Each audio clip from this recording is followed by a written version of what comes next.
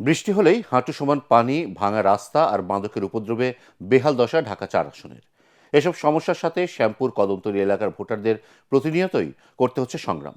ভোটাররা বলছেন, নির্বাচনের আগে প্রার্থীরা নানা প্রতিশ্রুতি দিলেও জয়ী হওয়ার পর এসব সমস্যা সমাধানে কোনো উদ্যোগই নেয় না। তাই সমস্যাগুলো সমাধানে যে প্রার্থী কাজ করবেন তাকেই নির্বাচনে রায় দেবেন ভোটাররা। খায়রুল ইসলামের রিপোর্ট।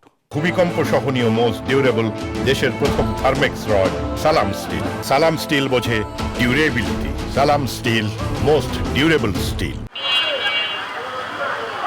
নাগরিক সুবিধার চরম সংকটে ঢাকা-৪ আসন। ভাঙা রাস্তা, নাজুক ড্রেনেজ ব্যবস্থা, জলাবদ্ধতা, মশার উৎপাত, ফুটপাত দখল আর স্বাস্থ্যসেবার সংকট এই এলাকার মানুষকে ভোগাচ্ছে দীর্ঘদিন ধরে।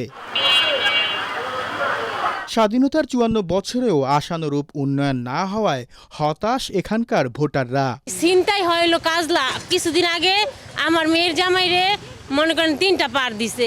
অল্প বৃষ্টি হলেই অনেক পানি জমে যায়, রাস্তাঘাটে পুরো বন্যা হয়ে যায়। নির্বাচিত সরকার আসলে মনে হয় ভালোই হবে। যারা নির্বাচিত হয়ে আসবে তারা হয়তো এই কাজগুলা, অসম্পূর্ণ কাজগুলা করবে। ঢাকা-৪ আসনে বিএনপি মনোনীত প্রার্থী তানভীর আহমেদ রবিন বলছেন, বাবার আদর্শ অনুসরণ করে এলাকার সমস্যা সমাধানের মধ্য দিয়ে মানুষের পাশে থাকবেন তিনি। ইতিমধ্যে আমরা বিভিন্ন এলাকায় আমাদের ভোটারদের কাছে গিয়েছি। আমরা স্বতঃস্ফূর্ত সমর্থন পাচ্ছি এবং একটা আশ্চর্যের বিষয় হচ্ছে যে এলাকার সাধারণ মানুষও আমাদের গণসংযোগে নেমে আসছে। আমাদের সাথে দীর্ঘ পথ তারাও আমাদের সাথে হেঁটে বেড়াচ্ছেন। এর আগে এই আসন থেকে কখনোই ক্ষমতায় আসেনি জামায়াত ও ইসলামী আন্দোলন।